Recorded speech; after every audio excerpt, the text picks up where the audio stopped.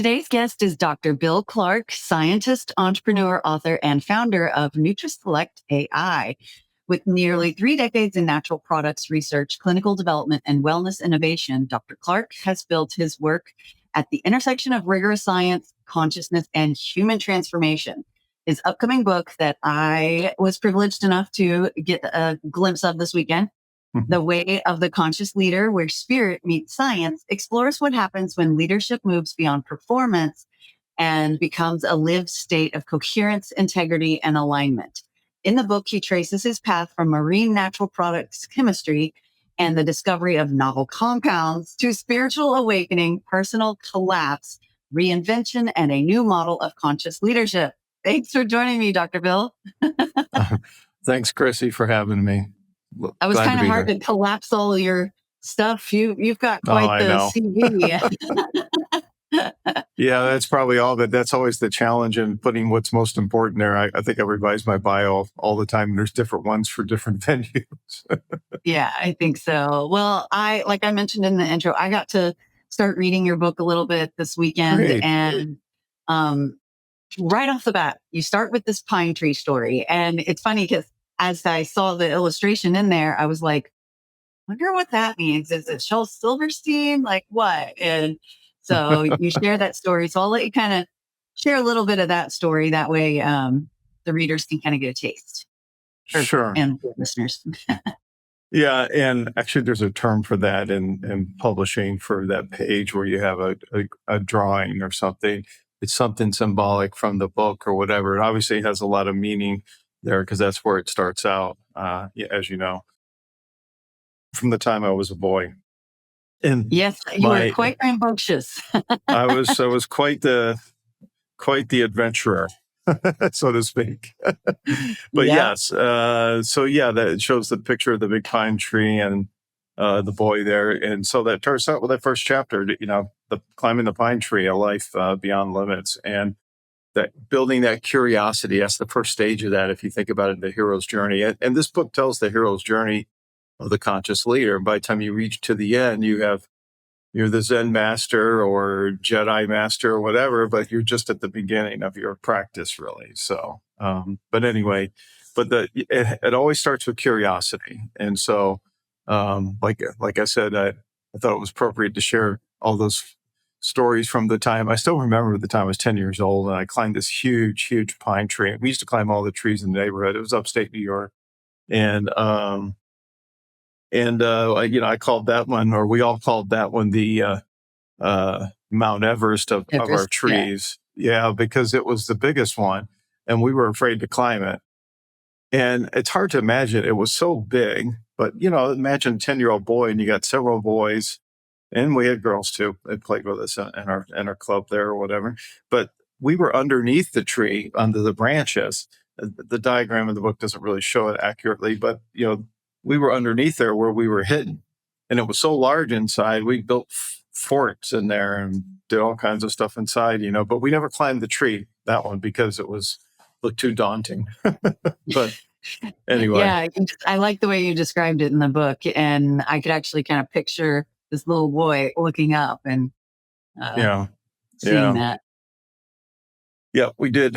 We climbed roofs. We climbed, the houses, not just the trees.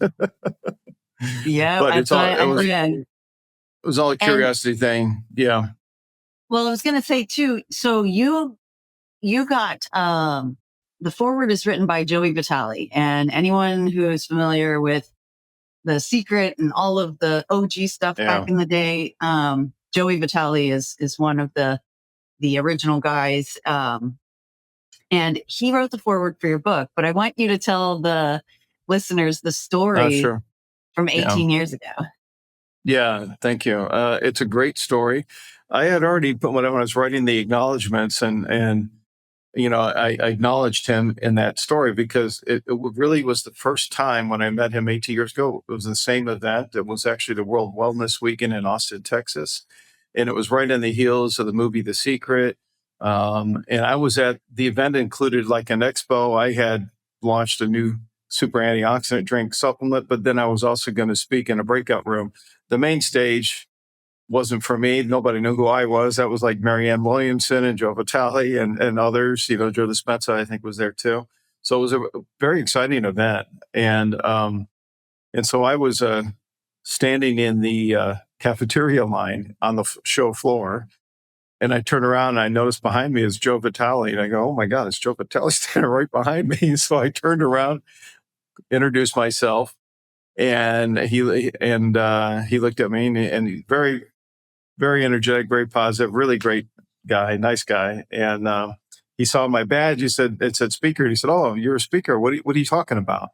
And I don't tell the whole story in the book, but I'll tell you a little bit more detail. So he said, what are you talking about?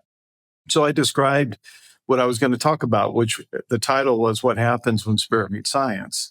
And so for me, this was the idea of the first book before I'd written anything. I'd just been journaling up to that point. This is 18 years ago. And I hadn't written my first poem or any of that. And I felt a little intimidated. It's like, because he's asking me about it. And I was like, I don't even know what I'm going to talk about yet, but this is how I'm going to break into talking about where spirit meets science in my journey. It was the first time publicly I was speaking about it. And so I told him all that. And he said, that sounds interesting. He said, how do I get a copy of that? And I went, yeah, when I write it. You're like, uh-oh.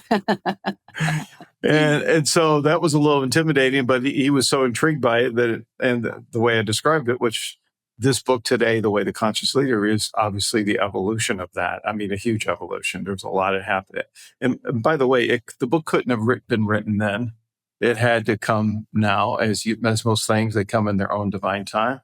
And it couldn't have been as enriching as the experience with all the experiences to weave into this book here. But, after he said that, then I fast forward to just finishing up the book. I was writing the acknowledgments, and I was acknowledging that story because there was a seed that was planted, and there was actually, it's also in the acknowledgments. There was another person I met there at the same time, Sasha White, and she also said, I went to her workshop or something like that, and she said, I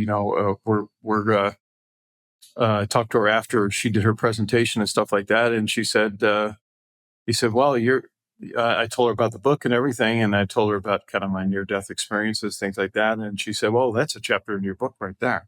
So, the formation of the book happened at this event. The seed was planted for it. Anyway, I got connected to Joe Vitale on LinkedIn back then.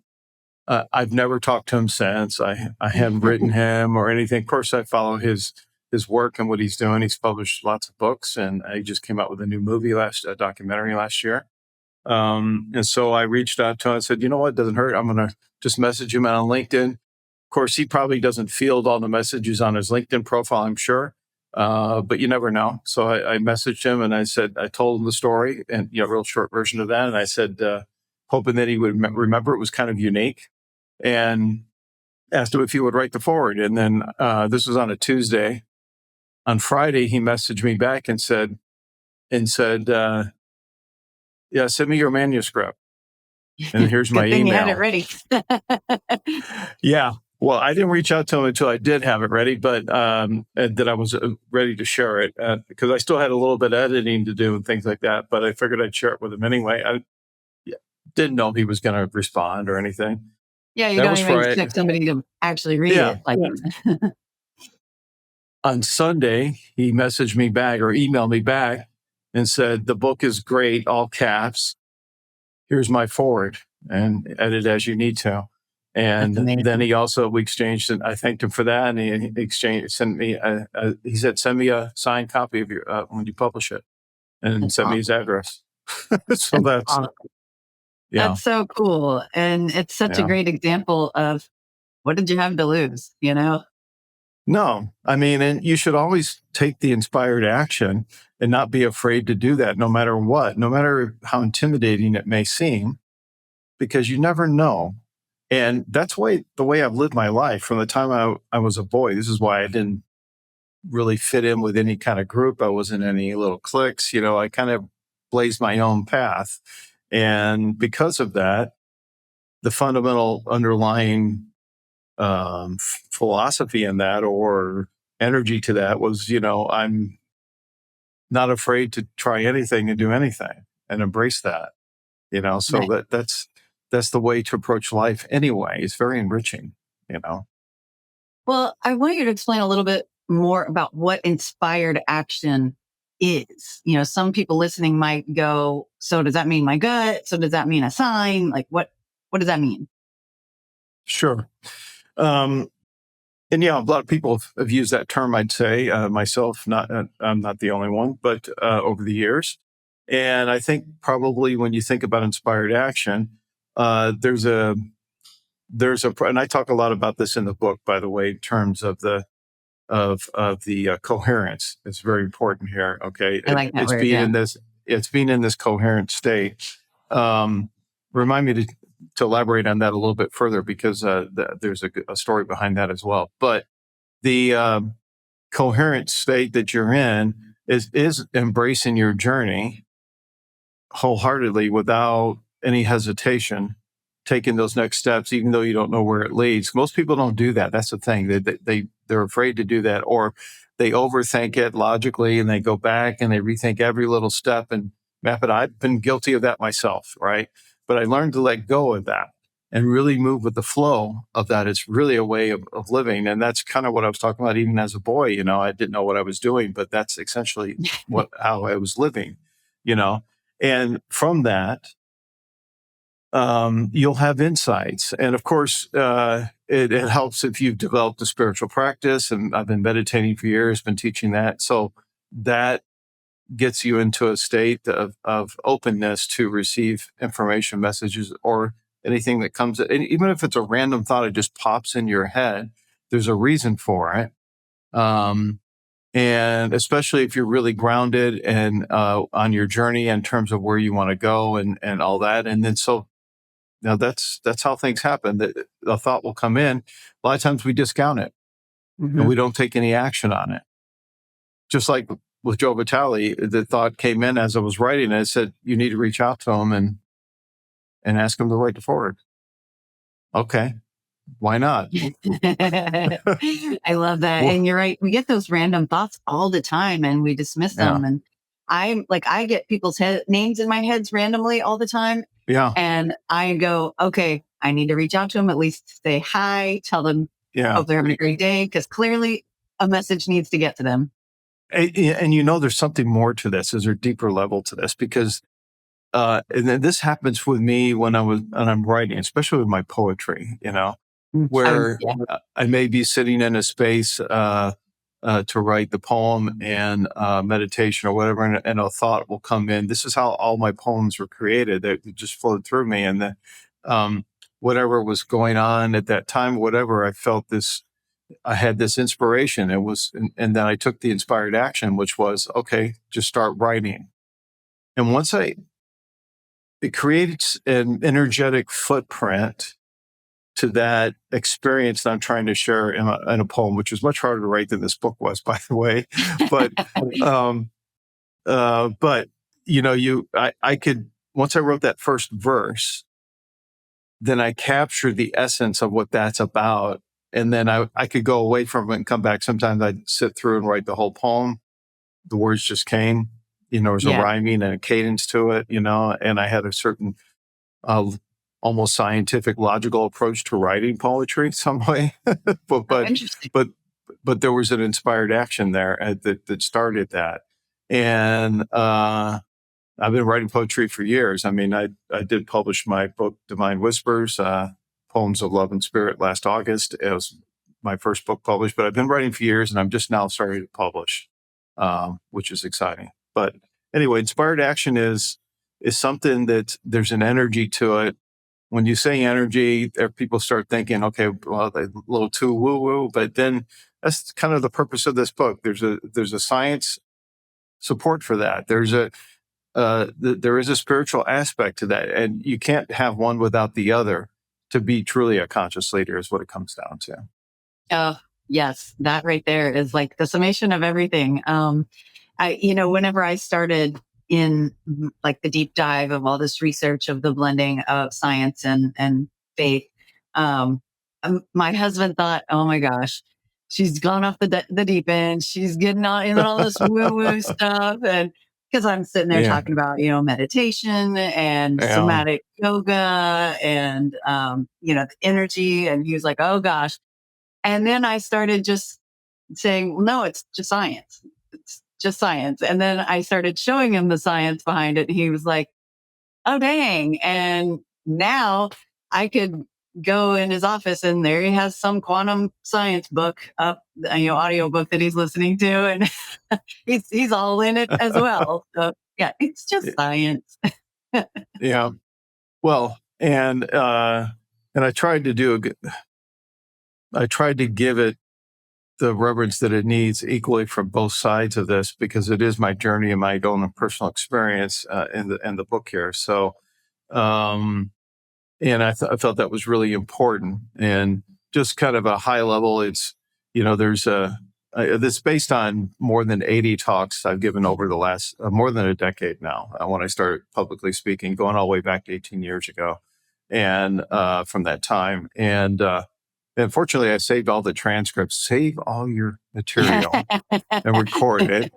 You never know. I never thought I'd use any of it ever again, but I saved it. Oh my gosh, I'm so glad I did that. Yeah, And that's what James Malinchek does. He takes his speeches and turns them into his books. And oh yeah, sure. whenever I learned that, I was like, duh, why doesn't everybody do that? But nobody does it. But you were smart too.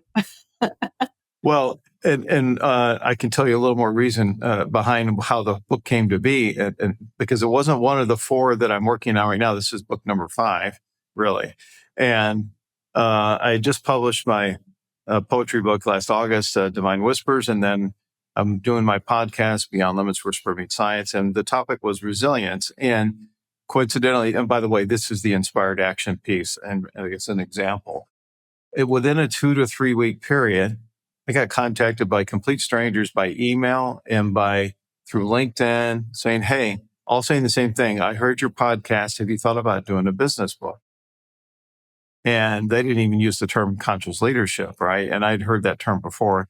And I took a step back and thought, okay, this is not a coincidence. Okay, I talk about this in the book, by the way. This is not a coincidence when something like that happens. You have to be able to be aware, in a state to be aware when To these notice. things, Yeah. to notice those things, and that's a practice you have to develop, by the way. It took years for me to develop that practice, and then also not being aware, but also then being able to discern what's important and what isn't. And from that interaction, I went back, took a step back, and I thought, I thought about it, but it wasn't in my radar. So I went back, I pulled the transcripts of all my talks, compiled them in a spreadsheet. And then I came up with a framework for the book, and it just kind of evolved from there. But again, that was an inspired action that came from others who said, hey, that's not a coincidence when more than one person says something to you that don't know each other. Okay, that means something. Now, you could think that's mystical or whatever, but there's an energy to that of creation and manifestation that exists that I already had in my mind, probably some level of doing that. This was like a validation. The universe sends those signs to you all the time to validate, to take those next steps or whatever it is at that time. Yeah. And, it can be as simple as this just happened to me this week. I don't know what it was, but I was like, I'd really like to see a blue butterfly. Random, but I actually do love blue butterflies. Um, and I am not kidding. Within an hour, I had somebody text me that blue butterfly. And I was like, Yeah. well, Yeah. shoot, that's fun. No, So, it's true. And, I'm so excited for everybody to share this with everybody, because this is a great, for me, it's as Joe Vitale said, it's a map to transformation, actually, and it's lived experience. And so, and there's a lot of personal things in here that I've not shared with majority of people, in terms of my journey. Some good, some not so good. So, all that is part of the journey and helped form where I am to where I am today. And again, where I'm going to be few years from now, 10 years, who knows, right? But that's the beauty of it. You don't have to, you have ultimately a goal of where you're going and what you want to do in your life and following your passions and things like that. But then you just have to let it unfold and flow with that. And, I think, Chrissy, I think in our society, we want everything fast and immediate, right? We want fast food, like we want immediate fix, but transformation is not fast. This is something that occurs over time. Okay. Yes, because we fight it. Yes, that's a big one right there. And as you're saying that, I'm thinking, well, yeah, had you written the book 18 years ago, that's 18 years less or fewer lived experiences that, quite a lot, you wouldn't actually. have been able to. I mean, yeah, there's a lot that happens over that amount of time. Yeah. So, and I think it's really neat that you're blending these two. And I'll state it's no coincidence that we got connected, because I like blending the two. And not a lot of people do, because a lot of times when I start talking about quantum physics and I'm talking to like a Christian or something, sometimes they go, "Ooh, what are you talking about?" I'm like, just science. And so I'm like, they really don't need to be separate. I don't know how that happened in the first place. Well, there was a time in history back in the Middle Ages, things like that, that it was more philosophical and they were intertwined. If you think about alchemy and the Philosopher's Stone and, those sorts of things, and those beliefs. And then it kind of got divided over decades into a science and spiritual. I would say more religious, not so much spiritual, but it became more religious, I'd say, at that time, after that time. And then of course, what I've seen over the last, which as long as I've been talking about this, which has been quite a long time now, well, almost 20 years, right? This concept of spirit meets science. In the beginning, I think a lot of people didn't understand me, for sure, because it was early in that sense. Yeah. But the fact that I'm getting this response from my podcast right now and people are reaching out for this sort of thing. And there's a lot of conscious leadership type books out there. That would cover probably parts 1 through 3 of my book. Parts 4 and 5, no one else has done. So there's a segregation there because they're missing the 2 important parts of that hero's journey to conscious leadership. They stop short of that because of the spirit meets science, keeping them separate sort of thing. They don't want to weave in the spiritual aspect.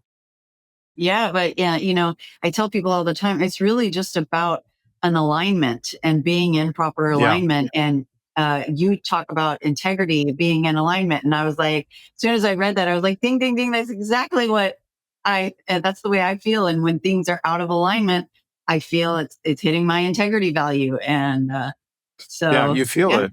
Yeah, you feel it energetic within you, and call it your gut instinct, call it your intuition, whatever you want to label it. It's just a label.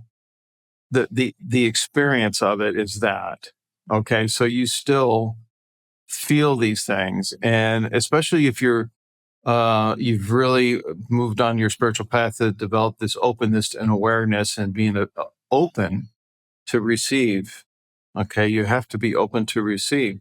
And when you are, that's when things come in. And it's not just receiving, it's actually removing all the things within you that no longer serve you, that blind you from being truly who you are authentically. yeah, expand on that a little bit, because, I at least hear that term a lot. And I wonder sometimes if people really know what that means. That's, Yeah, to remove something no longer serving you. right. So you may have heard the phrase, you're perfect, whole, and complete just as you are right now. Now, you may not feel that way on the surface because of your experiences, the culture, family, society, whatever state you are in your life, may not be apparent to you. But that is truth for everyone. And so how do you get to that? How do you get to the truth of who you are? And I talk about this in the book quite a bit. There's a chapter dedicated to this. And that is to be your authentic self. It's being authentic. So it's removing the facades. It's It's being transparent. And that's hard for people to do. That's hard for being transparent. I know I've done that for years, and people look at me kind of funny, and it's like, okay, I used to get worried about that, but I don't anymore. I don't care. This is who I am. But as a leader as well, moving into the state of conscious leadership, this is not something you train for, or you read a book or go to a seminar. Okay, this is something that comes from experience and from moving to a state there that removes those things that are blocking. They don't energetically serve anymore. They're just facades. And so when you start really embracing your spiritual path, and you can do it in a scientific way, whatever. But as you start embracing that with your spiritual practice, whatever that is for you, whether it's yoga, meditation, prayer, whatever, it doesn't matter. All you're doing is moving the energy to get to this place of being open to not only release things, but also to receive new things. Okay. Because it's like a trash can is full of trash. If you don't empty the trash, how can you put any more in it? How can you get any more things in that container? Right.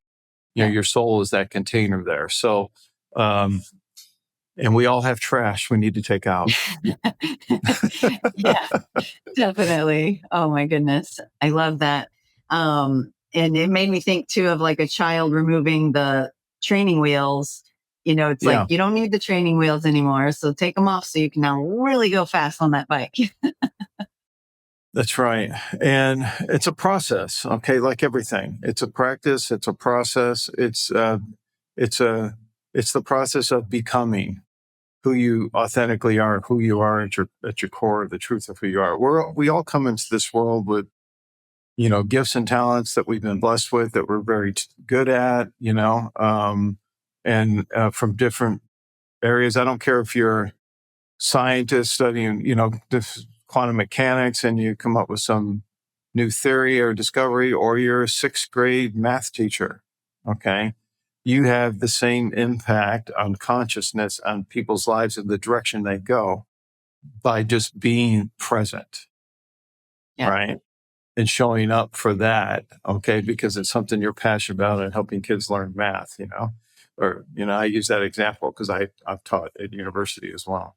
Um, so, so from a consciousness level, we tend to put hierarchies on things like this, and we do that because that's the way we've been trained by society or culture to that's it. Oh, I have a PhD. Okay, I put him up on a pedestal, whatever sort of thing.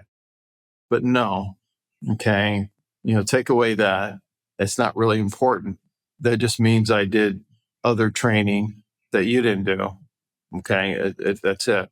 That means I learned something because I was really interested in it, right?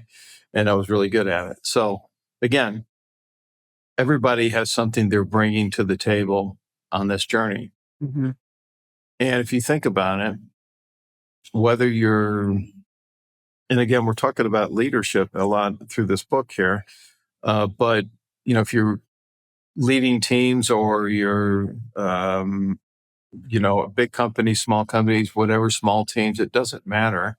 There are certain qualities to develop in terms of leadership, because people will follow you. They're following you for a reason. Okay. And some people do that and don't even know that they're doing that for others that follow them, or whatever, that are inspired by that, and so on. So again, this helps bring it out into the open in the book here, in terms of understanding that, so you can recognize it or discern that when you see it.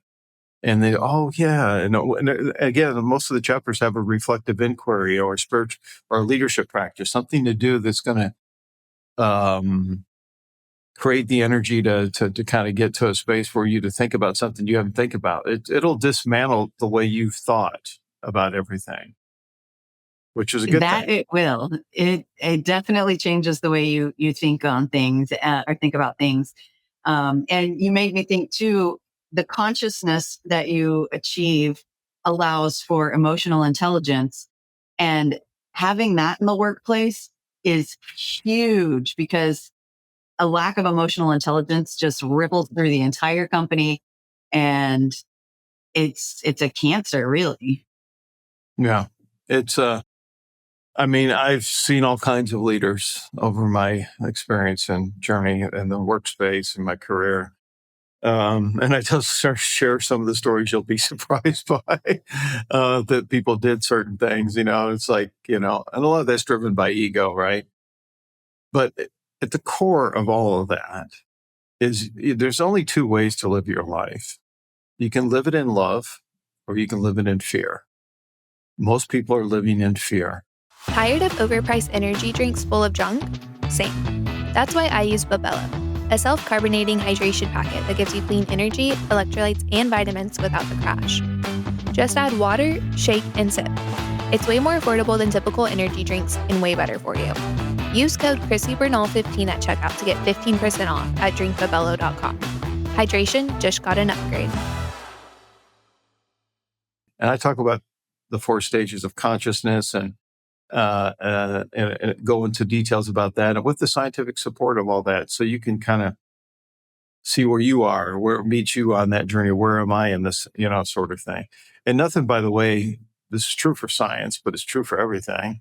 I used to think, by the way, before I went to school to get my PhD and I was going to do this, I used to think science was very black and white because that's the way the mainstream media presented it. But as I got into it and started trying to find my own way, my own research initiatives, I thought, man, this is really gray. It was unsettling because it's like, oh no, science is supposed to be yes or no, black or white. No, but it's not. And, if you think about Einstein and others, a lot of the guys, I wish I could have hung out with all the quantum physicist guys in the early 20th century, Niels Bohr and Heisenberg and all of them, because they were very, very much spiritual scientists. They were very philosophical about all these concepts, right?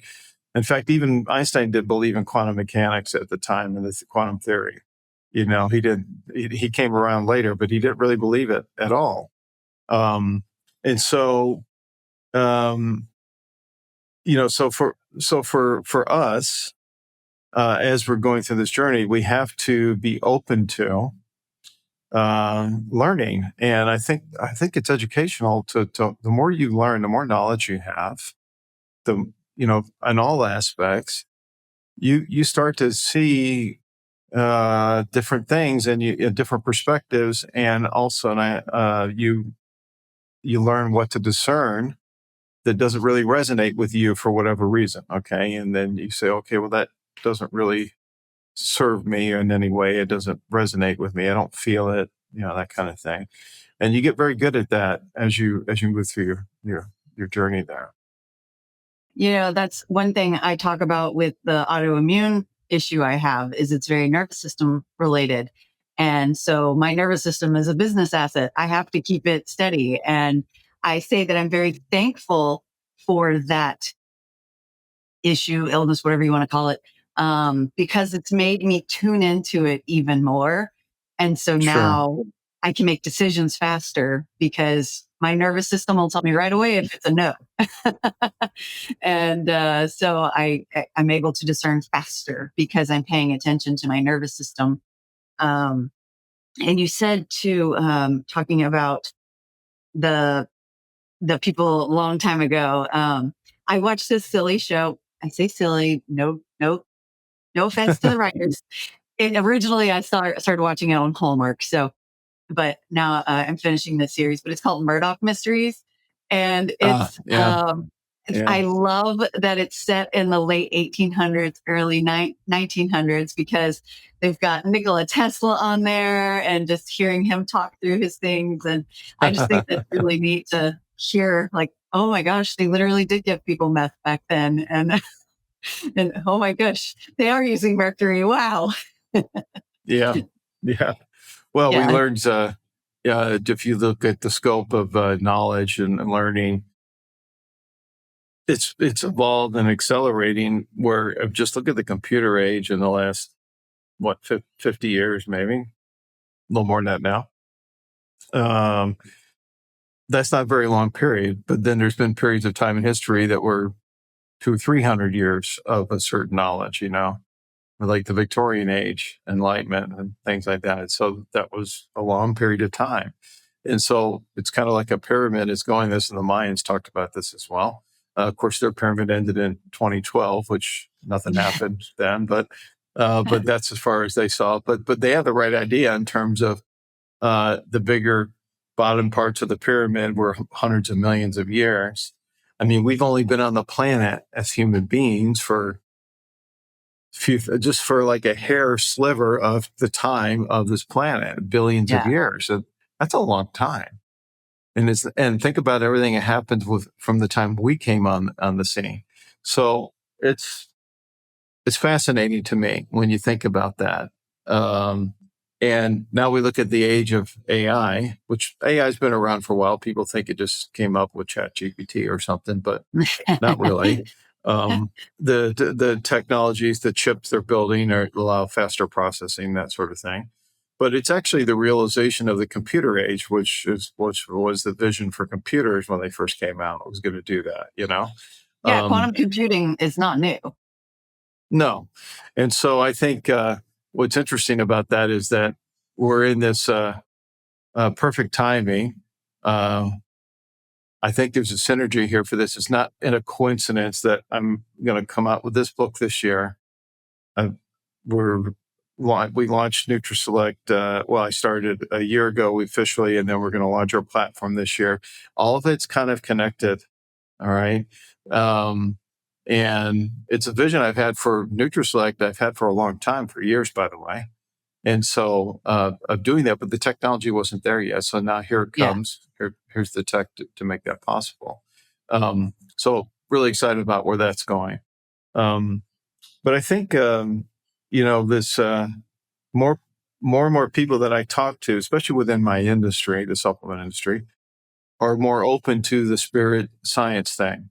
They weren't, 20 years ago, maybe so much, but it's changed. So that's not just within my industry, that's within society as well. And so, especially you see other authors like Greg Braden or Bruce Lipton, he was a biologist and he talked about the spirituality, biology aspects, which is fascinating. The first chemist to come in and do that. So it's different. I know. I found that really interesting that chemistry was, my first initial thought, well, it's redundant. My initial thought would have guessed it to be physics, would have been what would have brought you in, but no, chemistry. So yeah, I thought that was interesting. Yes. And I tell that story there too. I set out to be a marine biologist, but ended up in chemistry. And, but again, it was part of that journey to overcome, and there's a chapter on this, overcoming limiting beliefs, right? Things that prevent you from moving forward. And I think it takes time as we age. Maybe we get to a point, I don't know where that age is. It's earlier for some, but on average, I'd say somewhere in your late 20s, early 30s, whatever, you start asking, why am I here? What am I doing? Thing. You may be going through the motions before that, thinking but that something will happen in your life that'll just stop you, and you'll just go, okay, what's the meaning of all of this, really? Right? And so it's the fundamental question of life, right? Why am I here? It's we could spend a lot of time just going down the rabbit hole with that, right? But that's an important question to ask, because why are you here? Why did you come into was it just to go get a job, put food on the table, raise kids, and do that? That's that it? No, I don't think so. It's a little bit more to it than that. It's a little bit deeper to it, a deeper meaning to it than that. And this is why it's so important that you do that deep dive within. I always say the greatest journey is the one within, because that's where you're going to discover authentically who you are, and find out what's blocking you from that, so you can release it and embrace that. but again, we have programming from our child raising years or whatever from those early years that start to form a certain way that we're supposed to do things. You're supposed to do this. You're supposed to do that. And society reinforces that, right? Even the whole education system in schools does that, right? So again, to me, it's very remedial.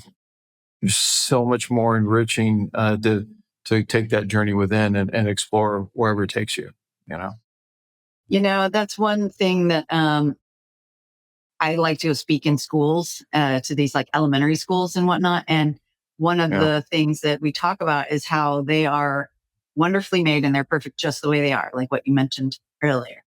And that what makes them different is what makes them unique. And I see that some of these kids all the time who have limits that get put on them. And then they take them on as their identity. And it just makes me so angry because when you start to go into conscious, gaining that conscious awareness, you start realizing that that wasn't true. And I'm trying to find a way to kind of make it easier to digest, but it's not like I could go to elementary kids and say, let's talk about quantum physics and faith. No, that kind of go over their head. They're not ready for that yet on their journey. So that comes later in those early formative years. But what they do have at that age is curiosity. And that's where the book starts. It starts about this curious kid who explored things, blew things up, did stuff like that. I saw that in your book, the fireworks that you made from scratch. I created my own fireworks. I didn't, it was, you couldn't buy certain materials, but I figured out how to do it. I won't share it here, but I was an early experimenting chemist, so to speak. But there's one important point for the book that I want to kind of elaborate on a little bit further, and that's about the term coherence. It's a theme all the way through that, and you said it already about alignment and that sort of thing. I'm actually preparing for my upcoming TEDx talk, which is titled "Integrity is a Frequency." We don't have a stage yet, so stay tuned for that. But it's talking about coherence and alignment, and as a leader, integrity is, we think of that as a moral character or something. And it is for certain things, but it's more than that. It's a frequency. There's an energy that you give, a presence that you give that already knows. And you already know this as a person. You've been with people that are, talked a really good talk, but it just didn't resonate with you because you felt like it's not quite right. Okay. That means they weren't speaking authentically. Right. And you're already attuned to that. And it's a practice you develop. And then there are other people that come into your life and they start speaking, and then you immediately align and it resonates with you and you go, oh yeah, that's right. And we all had these experiences. And so that's what I'm talking about. And one of the ways that I saw that really clearly was not so much in people, it was in horses. Okay. So long time ago, several years ago, back in Southern California, I was in Fort Worth. I was working with a guy named Stan Crummell, the real deal cowboy. This guy, his ancestors settled the Nebraska territory. They ran cattle up the Chisholm Trail. Okay, this guy was the real deal when it was Indian territory, and he dressed that way. I used to joke and say, "Well, you look like Wild Bill Hickok, man. You got these tall boots and you got the big hat, And he was a cowboy preacher, and he talked a lot about that. So we really connected one time. I was actually running for mayor, as it turns out, in that city, and I met him at one of the events, and then we became really good friends after that. And I talk about him in the acknowledgments in this book and so on. But he was the guy that they called to work with troubled horses. He was the only one in the whole area that could actually do that. And it's like, how did he do that? And I've since validated since then as well, because I have some other people who own horses, work with horses, and they talk about coherence. In fact, when I talked about this early on about the book, a colleague of mine over in Europe messaged and said, I've never heard anyone talk about leadership and coherence together, definitely with horses, but not with leadership. And it's like, there's your other checkbox sign that you're doing the right thing, right? Yep. But that's how Stan was. He'd walk into, he didn't buy force or whatever, or anything like that, and it was magical to watch him work a horse. I also did a study with a supplement we had that we took into horses, and we did it on 3 ranches, and we could see the change differences in behavior, not only physically but also their behavior. Horses are very very skittish. They're like children. They're very difficult to work with, and and I've seen that. But he could do that. He could the whole where owners would put down horses like this, Oh, wow. or put them out to pasture or whatever because they just couldn't work with them anymore. Well, think about it. They were probably trying to force the horse and will it to do whatever they wanted to do by force, by inflicting pain or whatever. Well, that's not going to work. Okay. And so it's a coherence. There's an energy, there's an alignment, and the horses sense that. We do as people, but we have so much crap in the way that we don't always see that. Right.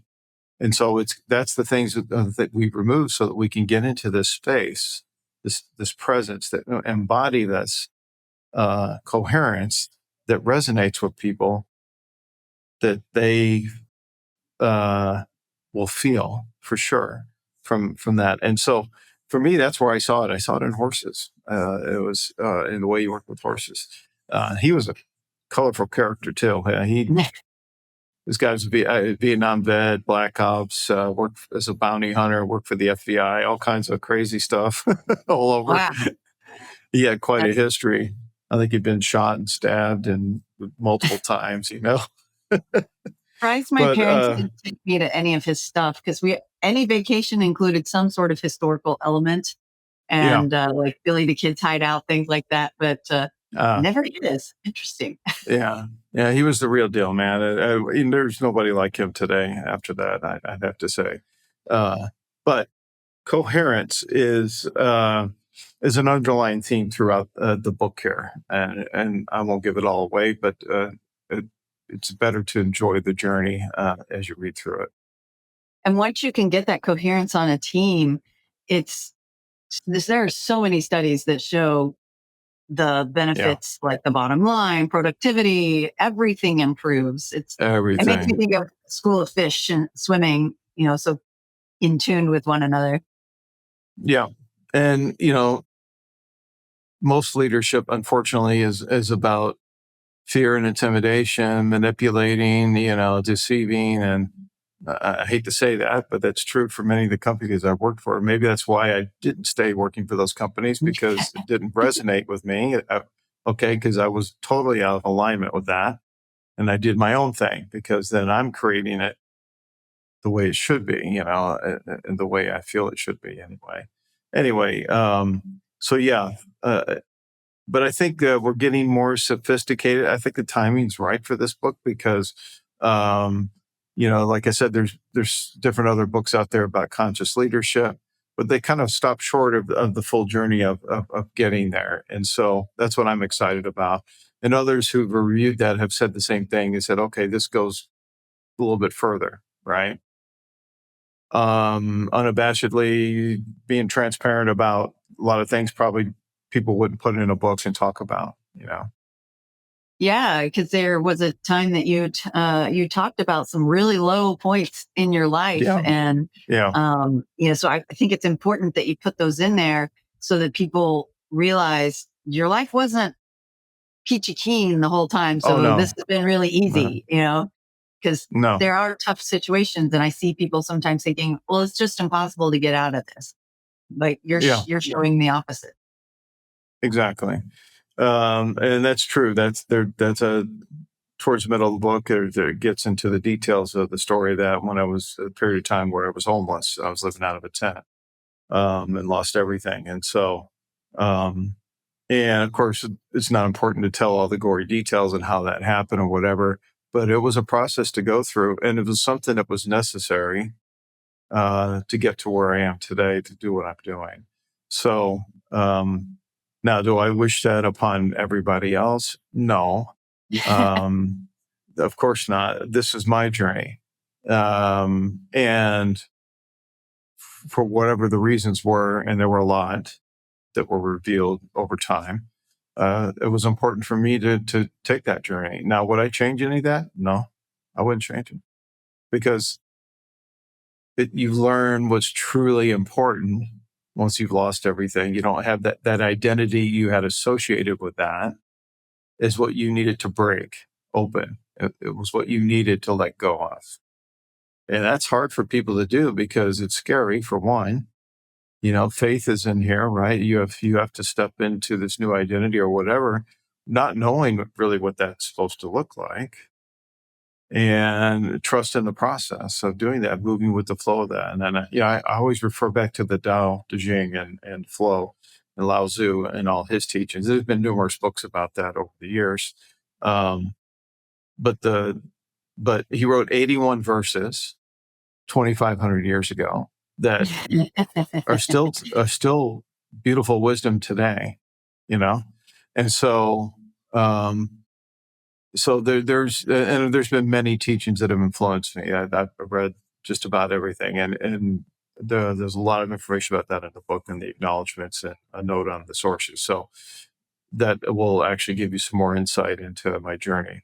But the important thing is that we all have these identities we put on or we show up with, call them facades, whatever. It's driven by ego, whatever, that aren't really serving us. It's not allowing us to get into that space of true leadership in terms of service to others. Yeah, they're covertly like hijacking your leadership skills. Yeah. And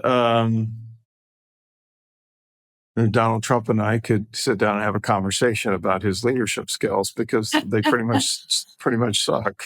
Okay, so we're not going to get political here, but I'm sorry, but all politicians are the same way, unfortunately. It doesn't matter what party it is; they all seem to be that way.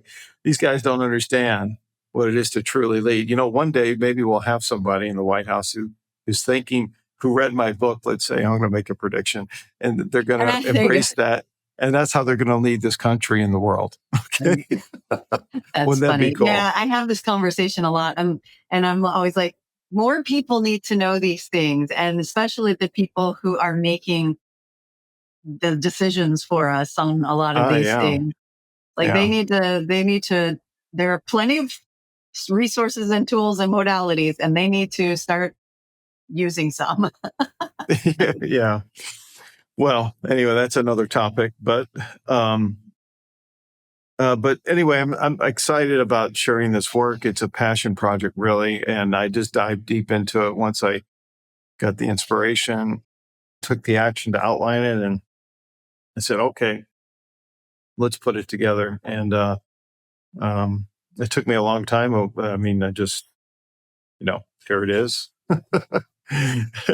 Yeah, that's right. You did the cover yourself on. Oh yeah, I did. What was the paper? Yeah. Rice paper, right? Yeah, it's Japanese sumi black ink painting, which I started around 2015. Cool. I kind of got into that, and it's something I still do. And but yeah, it's my original artwork on the cover.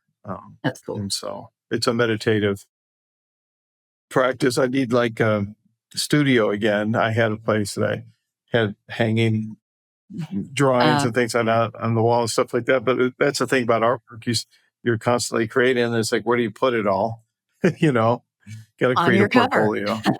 Yeah, on your cover. There we go. Now I've done some other art pieces with my poetry, which is cool, that I use as a gift for people. But yeah, this is something that I enjoy doing. It's very meditative, and and self-taught. I did go see some demonstrations from actual Japanese artists and read some books, key books on that. But that's something it's part of the journey. It's in the acknowledgments. It talks about that. So Nice. Well, how can people reach out and connect with you?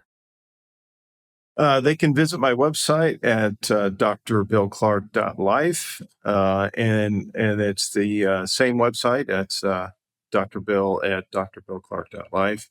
You can go to the website. You can get on the email list, which would be great, because that's where I do announcements for the book. We'll do for the book launch and things like that when it comes up, and also TEDx talk, other things like that. Yeah, and I'm excited to see that when it comes out. So, well, awesome. Thank you Me so too. much for coming on as a guest. I know we could continue this conversation for a Oh yeah, solid week. So I'll probably have to have you probably. back on so we can finish, because I know there are a couple of points I didn't get in yet, but so Yeah, and there's the time, right? It's there's a lot more that I could get into, and we could deep dive on that. But happy to come back and do that. yeah, that would be great. Thanks again, Dr. Bill. Okay, thank you.